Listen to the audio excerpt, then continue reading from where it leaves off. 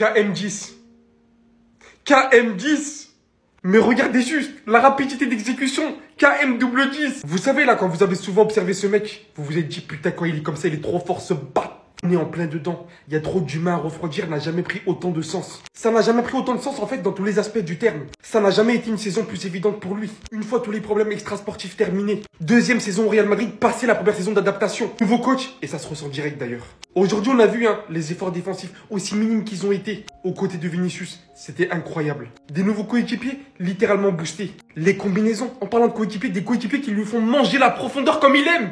En continuité du fait qu'il avait déjà fini meilleur joueur de la dernière saison au Real Madrid pour sa première saison. Que ça soit un match amical ou pas, tout n'a jamais été autant réuni pour que ce soit sa saison Ballon d'Or. La saison n'a même pas encore commencé, je lance déjà la propagande, j'en ai rien à faire. Oui, avec un match amical. Ce que j'ai vu de là de mes yeux, c'est le Kylian dévastateur, qu'on a connu bien avant, qu'il aimait faire cela, qui rajoute tout ce qu'il a appris au Real Madrid ces derniers temps. Parce que oui, il a progressé. Je vous dis, vous n'êtes pas prêts pour cette version de Kylian. Cette saison, il va tout éteindre. Il va éteindre la lumière du salon, du couloir, de la chambre et du football. Petit match amical en catimini du Real Madrid. Voilà, ils ont prévenu personne contre Tyrol. Qui a brillé à votre avis? Monsieur Kylian Mbappé, le meilleur joueur du Real Madrid. Et vous allez dire quoi? Il a mis 2 buts exceptionnels froids. Agendas dans les veines, je l'ai déjà dit. Ben & Jerry, parce que c'est meilleur Ben & Jerry maintenant. Passe d'Arda Güler entre les défenseurs millimétrés. Arda Güler, faut parler de sa prestation aussi. Pour l'instant, on parle de Kylian Mbappé. L'appel est parfait. Il se retourne en 2 touches de balle. Il réussit à se mettre en position pour marquer. Contrôle orienté, en pivot, le tout en même pas l'espace d'une demi-seconde. Il a but, frappe en lucarne. C'est trop. Connexion Arda Güler Mbappé, elle va faire trop mal. Et je suis tellement heureux que Xabi Alonso fasse de lui sa pièce maîtresse. Faut le dire, c'est trop un joueur incroyable. Mais j'en parlerai dans la prochaine vidéo parce que là, on parle de Mbappé. But, seul face au gardien, passe de Tchouaméni. Vous le savez très bien les gars. Il est obligé de faire du sale. Feinte de frappe, le gardien sur les fesses. Dans le but vide, il peut que finir. Et dans son match, ce qui est fort, c'est qu'il fait briller aussi les autres. Doubler une passe décisive. Passement de jambe, temporisation, pas un passement de jambe qui sert à rien. Rodrigo, l'indésirable, ou je sais pas, le désiré, on sait pas s'il veut ou il veut rester ou il veut partir. Passer en profondeur pour lui. Et Rodrigo qui finit tranquillement. Les gars, Mbappé, quand il est comme ça, c'est trop. Il va être encore soulier d'or. Les gars, rendez-vous compte que c'est votre meilleur joueur. Les Madrilènes, je sais que ça vous fait mal. Vous allez dire, ouais, mais Vinicius, il n'est pas en confiance. C'est pas mon problème. Dites-le, c'est le meilleur joueur du Real Madrid. Il est trop fort. Vous savez pourquoi je remercie déjà Xabi Alonso? Parce qu'il nous permet de profiter du talent de Arda Güler. J'ai beaucoup parlé de Kylian Mbappé dans la première vidéo, mais là, on va parler de tout ce qui s'est passé dans le match amical face au Real Madrid, notamment cette connexion entre les deux. Avant de parler d'Arda Güler, parlons de Vinicius. Ça va pas. Non, faut dire les termes, les gars. Vinicius, ça va pas. Tu sens qu'il est emprunté, qu'il a pas de confiance. Par contre, ce que j'ai bien aimé, c'est ce pressing. Je crois que c'était sur le but de Mbappé. Il fait le pressing très haut pour récupérer le ballon. Ça voit qu'il est encore volontaire, qu'il veut. Mais c'est dans la tête. Tu sens qu'il sait pas le Vinicius de d'habitude.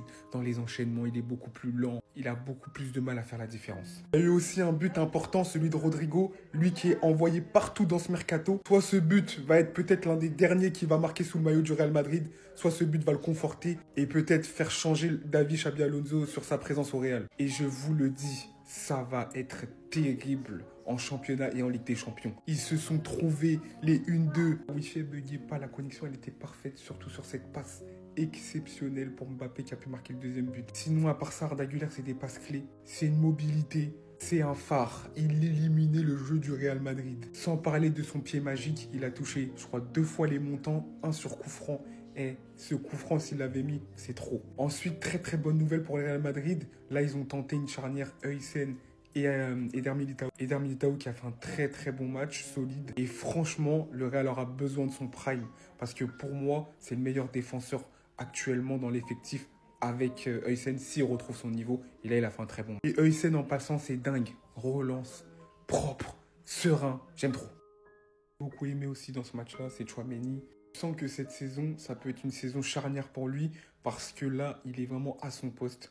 Il a plus du tout d'excuses. Et aujourd'hui, c'est un très bon match solide avec une passe décisive à la clé. Mais globalement, belle prestation du Real, mais mention spéciale à Arda Güler et Mbappé parce que la connexion, elle était Kylian Mbappé qui se transforme en R9 et en plus de ça, il fait les efforts que tout le monde lui demandait. Dites-moi si je rêve parce que là, les amis, son match est trop clean. Sur son troisième but, les amis, qu'est-ce qu'il nous a fait? Parlons même déjà de cet homme-là, les amis, parce que c'est lui qui fait la passe décisive. Aurélien Tchouaméni. Encore un match de patron. Depuis la Coupe du Monde des clubs, le gars, il est irréprochable. Combien de ballons récupérés à lui tout seul aujourd'hui? En plus de ça, il organise bien la défense. Et imaginez un peu un Dean Huijsen calme comme jamais à ses côtés. Dean Huijsen était la recrue parfaite pour lui. Et comme si c'était pas déjà assez de faire des retours défensifs de malade, il fait aussi des passes décisives. Sur l'action du but de Kylian Mbappé, regardez d'où il fait la passe à Kylian. Mbappé se retrouve ici entre deux joueurs de Tyrol. Bien évidemment que Tchouaméni l'avait déjà vu. Kylian Mbappé dégaine l'appel, il lâche la passe. Le dernier accélère, il bat la défense de Tyrol. Il arrive devant le gardien de Tyrol. Le frérot, il ouvre ses jambes. Kylian n'était plus là. Il lui a fait un crochet à la R9, les amis. Le frérot, il était déjà à gauche. Et là, la finition sans forcer, il met dedans. Il était juste trop boosté aujourd'hui. D'ailleurs, en plein match, il y a un fan qui est rentré sur le terrain pour prendre une photo avec lui. Et j'ai même pas fini de faire la vidéo. Il y a Rodrigo aussi qui vient de marquer son but sur une passe décisive de qui? Kylian Mbappé. Le gars, il arrive dans la surface, passement de jambes pour temporiser le jeu. Il fait une passe décisive à Rodrigo. Le gars, il a juste eu à enrouler doucement. C'est rentré. Franchement, j'espère qu'il va continuer comme ça parce que là, les amis, c'est très intéressant ce que je vois là. Le côté où il décroche pour jouer sur les appuis et ensuite enchaîner avec un appel, ça pourra faire très mal.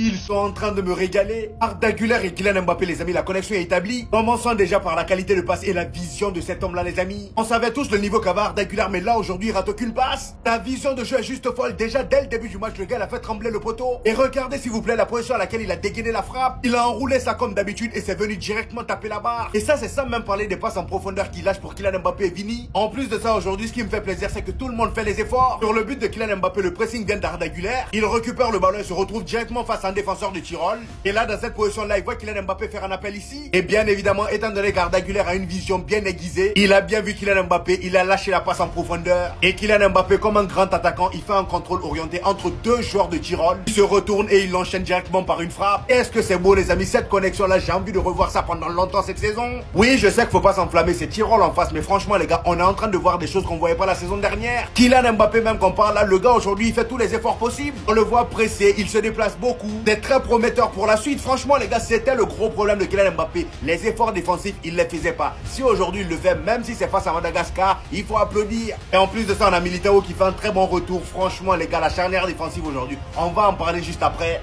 Quel joueur exceptionnel, les gars. Arda Güler, c'est incroyable. On va revenir premièrement, les gars, sur la passe qu'il a lâchée pour le premier but de Mbappé. Les gars, à chaque fois qu'il touchait la balle, Arda Güler, c'était des ballons dans le bon tempo, dans le bon endroit. Mbappé, après, met un beau but. Il contrôle, il s'oriente, il frappe. Fin. Mais je suis désolé, les gars. Arda Güler, aujourd'hui, les gars, il m'a choqué. Il a montré toute sa palette. Vraiment, à travers les passes, les récupérations de balles, le pressing, les courses, les dribbles et les frappes. Déjà, les gars, il a pris les coups de pied arrêtés. Ça m'a choqué devant Trent Alexander-Arnold. Il a pris les corners à droite. Je me demandais qui allait les tirer. Au final, aujourd'hui, ça a été Arda Güler. Et même les coups francs, les gars. Il a tiré le coup franc devant Güler et Mbappé. D'ailleurs, les gars, coup franc qui a fini sur la barre transversale, dans l'angle. Et il a même mis une frappe en début de match, pour ceux qui se rappellent. À gauche de la surface, gros enroulé, barre. Non, franchement, les gars, c'est un match plein d'Arda Güler. Et là, je me pose la question. Je me dis comment l'ancien Carlo Ancelotti, il pouvait garder cette bombe atomique sur le banc. En fait, je pense qu'il ne voulait pas regagner la Champions League. Il voulait aller au Brésil. Il dit, si je regagne, le Real, ils vont me demander de rester. Du coup, il a gardé la bombe nucléaire sur le banc, Arda Güler, et il s'est dit, je la laisse pour le prochain. Et là, les gars, je pense que Xabi Alonso, quand il arrive au Real Madrid, il devait savoir qu'Arda Güler, c'était un talent, qu'il était bon.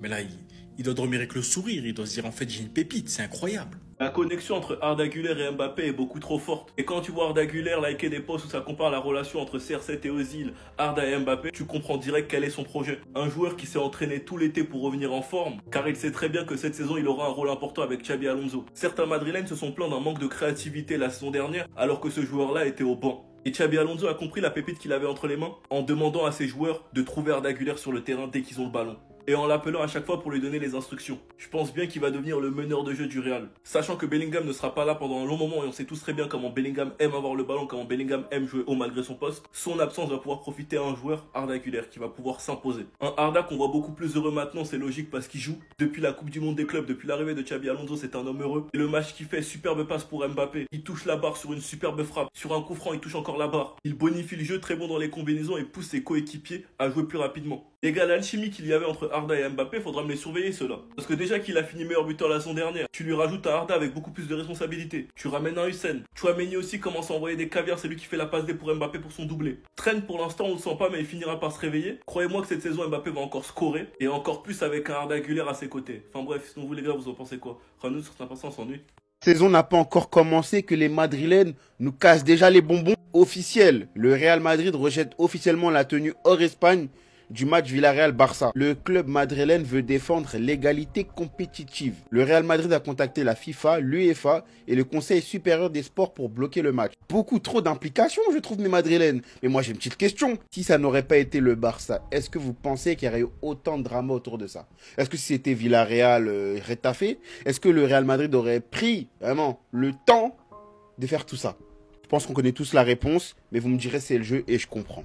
Ils ont raison. Techniquement, ils ont parfaitement raison. Maintenant, on sait que c'est les concurrents. Ils vont tout faire pour nous rendre fous. Je pense que les rôles, s'ils avaient été inversés, le Barça, franchement, ils auraient même pas mis leur tête de... Ça change absolument rien pour eux. C'est pas eux qui font le déplacement ou quoi. Et si c'est dans le règlement de la Liga et que le Barça compte enfreindre, bah, ils ont raison de se plaindre. Maintenant, j'ai envie de dire Florentino Pérez, concentre-toi sur ton équipe avec Xabi Alonso. Au mitard, les problèmes ne sont toujours pas réglés.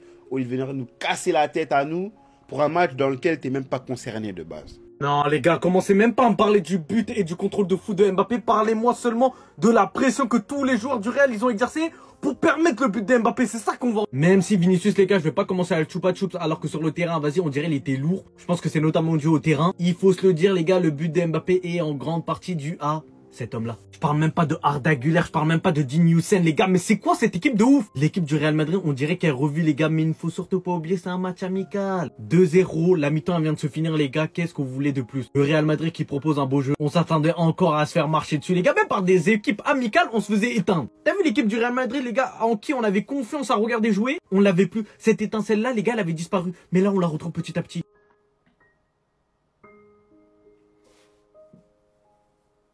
Mais qu'est-ce qu'il raconte?